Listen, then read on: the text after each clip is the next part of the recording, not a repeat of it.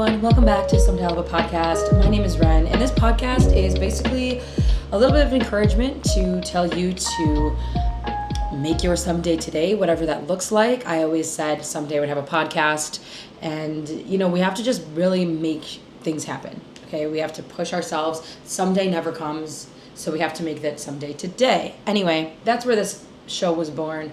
But today I want to talk about something that one of my coworkers recently said that made me giggle, but also felt so legit and kind of so real. And it was, you can't be stressed out if you don't care. And while I don't want to encourage everyone to just not give a crap about their work or their job, but it was kind of the idea of if you just take a step back and if you just breathe, the world will go on, even if you're not so stressed out about getting a task done. And for some more background, at the moment, I am working in a restaurant. And so the work that we're doing is, bringing out an extra Diet Coke and a side of ketchup and all of this. And it's I know that I sometimes find myself freaking out about, oh my gosh, they're waiting too long for this drink or for their meal to come out or this, that, or the other. But it really can take a toll on us, on our bodies, on our minds, if we're freaking out about these things that really don't matter. Of course, I want to be responsible and I do care about my job. And for me, I work for tips. So I want to be mindful and I want to take care of my guests. But at the same time, putting that extra stress on myself and the pressure doesn't really have anything but negative effects.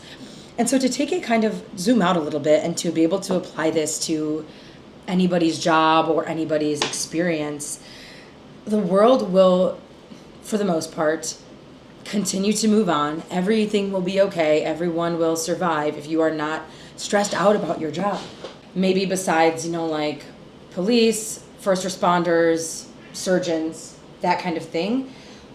No one else's life depends on you doing your job well.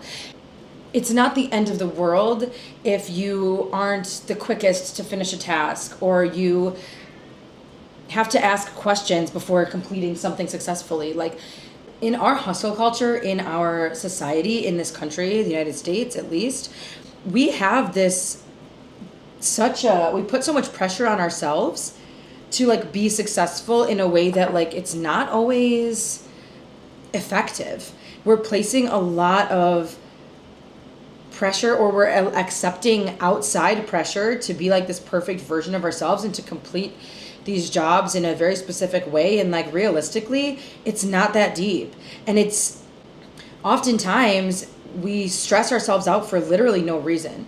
And so obviously the job that I'm referring to, it's very specific, right? But think about it in a way of, I wish someone could give me an example. Okay, so a friend of mine works in sales for a snack company, right? And I'm imagining if she misses one phone call, instead of stressing out, freaking out about, oh my gosh, I missed that phone call, take a deep breath, recognize that maybe there was a reason you missed the phone call, maybe you were unprepared, and give them a call back. Or I replied to this email late, or I could have presented this information better when I had this big presentation at this conference. If we stop putting so much pressure on ourselves and accepting the outside pressure of what we think is acceptable or celebrated, I think it can actually do a lot of good things, almost better things for ourselves and for our workplaces. There's this book called The Happiness Advantage, and I think I've referenced it before on this podcast, but basically it's about, it focuses in on keeping workers happy to have an effective workplace. And obviously I'm talking specifically about the workplace, but it's basically the idea of if your employees are actually happy and they feel safe and seen in their workplaces, it actually works better for the company and it makes the company more money and all these things, because the people who are representing you, they don't feel stressed. They don't feel this pressure to perform, and they'll just perform because they enjoy the job, or they feel like they can be safe to ask questions and make sure that they are performing. So instead of having it being a pressure-based performance. It's more of a, oh, I actually want to succeed at my job and do well. And I think when we take away that level of caring so much or so intently, we can actually be more effective. So for example, I'll bring it back to like my specific example. Obviously, I can only speak from my own experience, right? I can't speak for the accountants. I can't speak for the lawyers. I can't speak for the bus drivers. I can only speak for the jobs that I work in, right?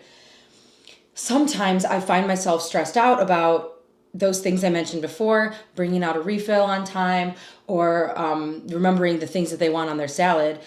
But at the end of the day, these are easy fixes if something were to go wrong. So instead of freaking out and getting in my head about, oh my gosh, I'm so sorry that this happened, if I can approach that table or these guests with a calm demeanor and even just explain, oh, the kitchen's backed up, like, your salad will be out in a moment. Is there anything else I can get for you? Again, this is super specific to my workplace at the moment. But if we're able to keep a calm head about it and not be so full of stress and panic, really it works out in our favor in the end anyway. Because instead of approaching that table with panic, I approach it with tender love and care, and it works out for me because of my demeanor. And I think that's something that we have lost, or maybe it never existed, but I feel like there's this this kind of pressure and expectation of like how we need to perform or what it needs to look like. And then I can relate it back to another one of my jobs. So I also do like social media management for another company. And sometimes they freak out about, oh my gosh, I meant to run that ad starting today, but starting it tomorrow, it's really not the end of the world. And it can be just as effective if I start it then. And I feel like it's also this thing that's like, if we can just remove the pressure that we put on ourselves, like it really isn't the end of the world if I didn't answer that email like right away. If I waited a couple of hours to reply to the call or the text message, like we spend so much of our time so caught up in work and putting this additional stress on ourselves that we just simply do not need. And I feel like I've been kind of long-winded in explaining this, but I think it needs to be said. It needs to be talked about. And honestly, like, I am a person who I want to do my job well. I want to perform well. I want to do these, like, I don't want to, let my boss down or whatever. And part of me hates myself for that because, like, at the end of the day, I don't want to be a slave to the system, right? But at the same time, I have pride in my work and I do want to, I want to do my job well. And so it's kind of a catch-22 sometimes, but if we can just take a second, breathe, remove ourselves from the situation and just zoom out. Literally, this takes 10 seconds. If we can just approach things with a calmer, stress-free demeanor, I think it really will have a big impact on ourselves, on our work, and on our workplace, the people around us, and the client or the customer or whatever relations we have in our work. And then also, I think this can be applied outside of work as well, because in our relationships, if we don't care per se, if we don't care, we can't be stressed out if we don't care. If we can release some of that external pressure and just give ourselves time to like think about something.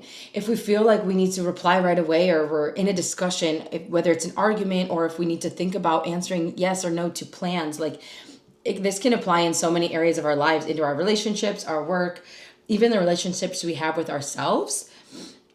I think we can be a whole lot better and more effective in the way that we live our lives if we can remove that level of care that brings us stress. So if you're new to the podcast, at the end of every episode, I give a recommendation of a song that I've been listening to on repeat based on the on repeat playlist that Spotify makes for me. Lately, I feel like it's been the same things over and over again, but I really have been in this, I've been in this time where I'm listening to a lot of the same type of music. I don't know what it is, but I've been super into like the same few bands lately. So let's see what's on repeat and see if I can recommend a couple different things to you. Because I don't always want this to be like the same type of music or the same bands that I'm recommending. I really do want it to be, I want to expand your horizons a little bit. So let's see what we have on here. Okay, this is a new track by Sanderson. I have recommended her in the past, I believe. But this one's called Smoking Section. It's kind of like Charlie XCX meets like Gay Icon. Super high beat, high energy, super fun. Like jam out in your car, dance party, like late at night, all of those kinds of things. I also will recommend, oh, there's so many good songs on here.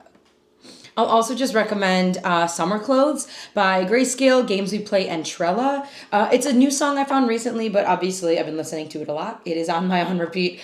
It's just good. It's kind of like bridges the gap between summertime and fall, I feel like, just in the way that it sounds, it's like what it is like sonically, and then also the content of the lyrics. So yeah, listen to these recommendations. I've been saying I want to be more on top of this podcast.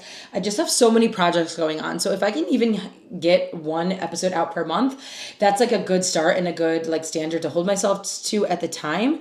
But I want to grow this, and I want to have there be a conversation. My DMs are always open at Live and Large with L Crew. That's kind of my media Instagram, and definitely follow me there. And if you have thoughts or comments about this episode or any of the previous episodes, make sure to contact me there. I think Spotify now also lets you like comment on episodes, so that's an option, so we can have like a little bit of a conversation space there. But thank you so much for listening, and like I said, make your someday today, whatever that looks like for you. And thank you for tuning in. I'll catch you in the next one.